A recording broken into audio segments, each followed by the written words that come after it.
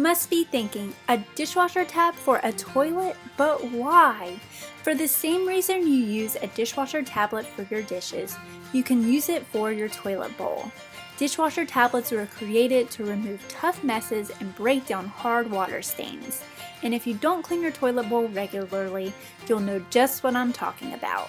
To use a dishwasher tablet to clean your toilet, start off by bringing a pot or kettle of water to a boil. Once the water is boiling, pour about a cup of it into the toilet bowl. The hot water is going to help to dissolve the dishwasher tablet. Place the dishwasher tablet in the toilet and leave it there until it is completely dissolved.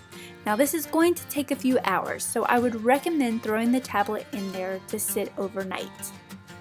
Once the tablet is dissolved, take your toilet brush and start scrubbing the bowl, and remember to get under the rim.